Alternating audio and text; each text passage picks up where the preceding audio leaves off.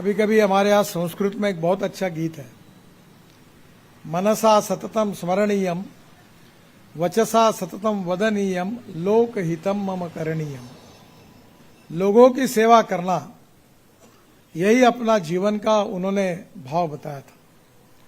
स्वामी विवेकानंद जी ने कहा है कि no philosophy can be taught to empty stomach. जीवन में पैसा ये जीवन का साधन है, साध्य नहीं है। और इसलिए उन्होंने संपत्ति का विचार साधन के रूप में किया।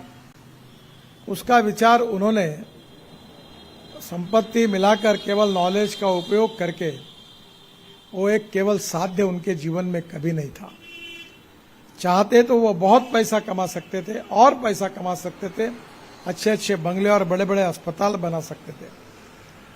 पर उन्होंने, आज मैंने ऊपर में देखा कि 500 रुपए में 2 समय का खाना, चाय, रहना, सब आज के जमाने में ये कहां से होता है।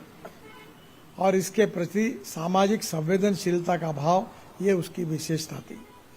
Knowledge with social consciousness, knowledge with social sensitiveness, knowledge for poor, ये जो भावना उनके मन में थी कि ज्ञान का उपयोग दरिद्र नारायण के लिए, उसकी व्याधि को मुक्त करने के लिए हमें करना है, ये भाव उनके व्यक्तित्व की अलग विशेषता थी। जब जब भी नागपुर आते थे तो मेरे घर पर आते थे। मेरा काफी बार उनसे संपर्क हुआ। मेरा एक्सीडेंट हुआ था 2004 में। मैं महाराष्ट्र में लीडर ऑफ अपोजिशन था और रात को एक कार्यक्रम से निकलकर आ रहा था घर पर, रामटेक करके जगह से। तो मेरे साथ 7-8 पुलिस की गाड़ियां थी, कमांडो थे, सब था। पर मेरा जो उसको कैटरेक्ट था, तो उसने ट्रक पर डैश मार दी।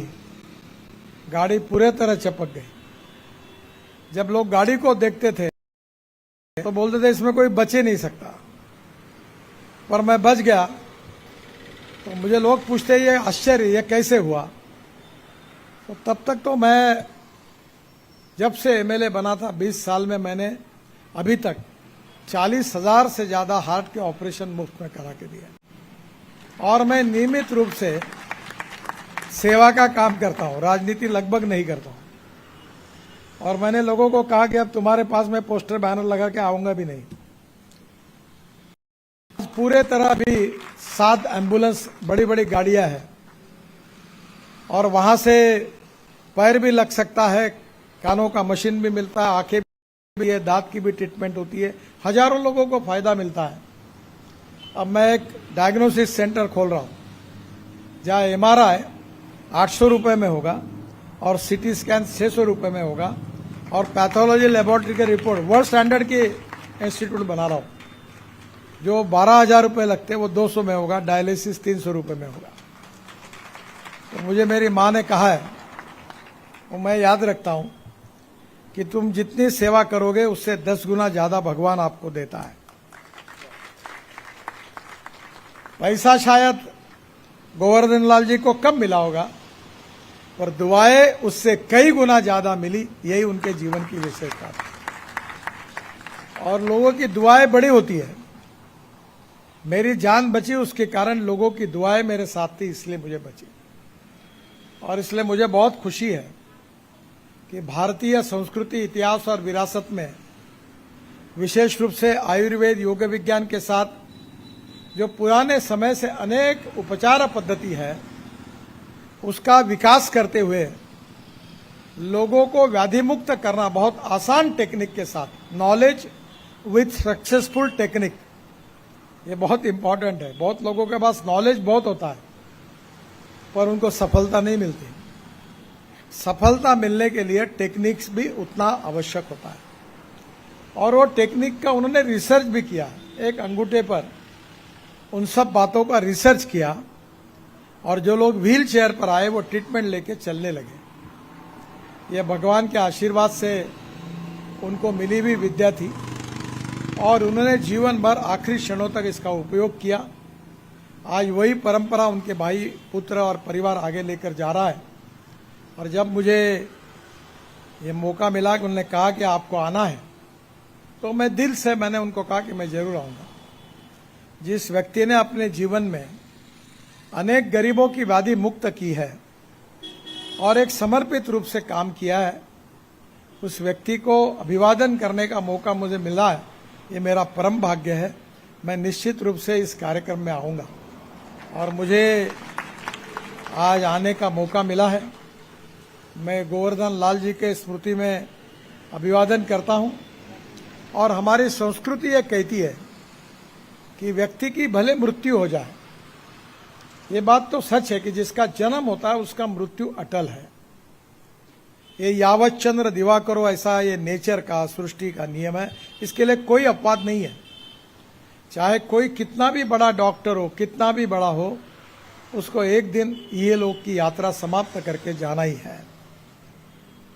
बड़ा दुख होता है कि इतने लोगों की सेवा करने वाले डॉक्टर साहब को उनके व्याधि के बारे में हम बचा सकते थे, क्यों नहीं बचा पाए। पर एक बात है कि अक्सर एक हिंदी के कवि ने बहुत अच्छी बात कही है, कुछ लोग नसीब लिखा कर आते हैं और कुछ लोग नसीब लिखाना भूल जाते हैं। शायद इतना अच्छा काम करने वाला व्यक्ति, उसके जीवन में उसी समय मृत्यु लिखा होगा, तो इसको कोई बदल नहीं सकता।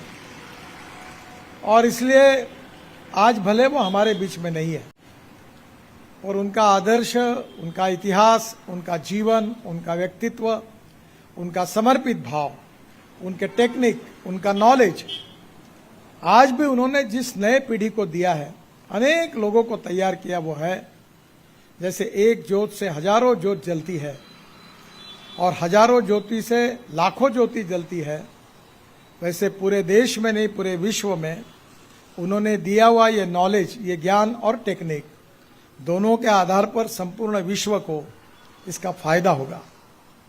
हमारी संस्कृति भी ऐसी है। हम ये नहीं कहते कि मेरा कल्याण हो, हम कहते हैं विश्व का कल्याण हो। जात, पंथ, धर्म, भाषा इसका विचार न करते हुए पूरे विश्व का कल्याण हो, यही भारतीय संस्कृति का एक प्रकार से भाव होता है, संदेश होता है। और इसी भाव को जगाने वाले डॉक्टर गोवर्धन लाल पाराशर जी, उन्होंने इसी प्रकार से जीवन व्यतीत किया। आज उनकी प्रतिमा का अनावरण उनके इसी सेवा संस्थान में हो रहा है। मुझे बहुत खुशी है कि इसमें शामिल होने का मौका मुझे मिला। मैं उनके स्मृतियों को अभिवादन करता हूं और उनके चरणों में यही प्रार्थना करता हूं कि उनका आशीर्वाद उनके बच्चों के, भाई के, और उन्होंने जिन शिष्यों को सिखाया उनके साथ ताकत से खड़ा रहेगा। और इसमें और रिसर्च होते जाएगा। Research is very important. जैसे नदी का पानी रुकता है तो उसकी मजा नहीं आती, पानी बहता चाहिए, वैसा रिसर्च, इनोवेशन, रिसर्च ये बहुत बड़ी ताकत है। मैं पानी से हाइड्रोजन तैयार होता है, तो मैं हाइड्रोजन की कार में दिल्ली में घूमता हूँ।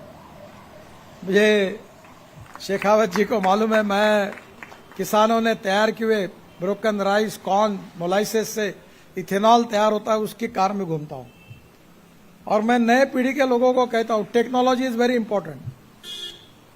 और मुझे बहुत खुशी होती है कि मैं कभी बाकी राजनीति की बातें कम करता हूँ, और मैं अभी इतना यूट्यूब पर वो इतना है कि मैं कहीं भी गया कि मेरा भाषण डाल देते। अब मुझे 3 लाख रुपए महीना यूट्यूब से मिलता है, क्योंकि मैं बात टेक्नोलॉजी की करता हूँ। और मैं ये मानता हूँ कि इतिहास, संस्कृति, विरासत और संस्कार ये हमारी शक्ति है। हमारी वीरों की भूमि है, संतों की भूमि है, साहित्य, संस्कृति और कला की भूमि है। पर उसके साथ साथ ज्ञान, विज्ञान और तंत्र विज्ञान, इनोवेशन, टेक्नोलॉजी एंड टेक्निक, दोनों का उपयोग करके ज्ञान को प्रगल्भ करना, गुणात्मक परिवर्तन करना, ये समय की भी आवश्यकता होती है और विश्व की भी आवश्यकता होती है और भारत के हमारे सब लोगों की भी आवश्यकता होती है। हम विश्वगुरु बनना चाहते हैं और ये क्षमता हमारे बीच में है। आज हमारा योगा डे वर्ल्ड में होता है। मैं रोज 1.5 घंटा प्राणायाम करता हूँ, व्यायाम करता हूँ। डॉक्टर पाराशर जी के कोई ना कोई शिष्य मुझे ट्रीटमेंट देता ही है।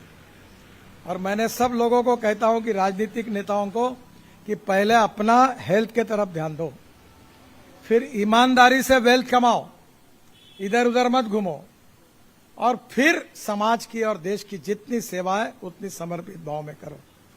तो मुझे लगता है कि उनका जीवन हम सब के लिए आदर्श है। उनको फिर से एक बार उनके स्मृति को अभिवादन करता हूं और उनके परिवार को, उनके शिष्यों को उनके आशीर्वाद से ये ताकत मिले कि पूरे विश्व में एस्ट्रोपैथी जाए और उसकी लोकप्रियता मिले, जिसके साथ साथ डॉक्टर गोवर्धन लाल पाराशर का भी नाम विश्व के कोने कोने तक पहुंचे। यही बात वो करके दिखाएंगे। इस विश्वास के साथ मैं अपनी बात को समाप्त करता हूं। धन्यवाद।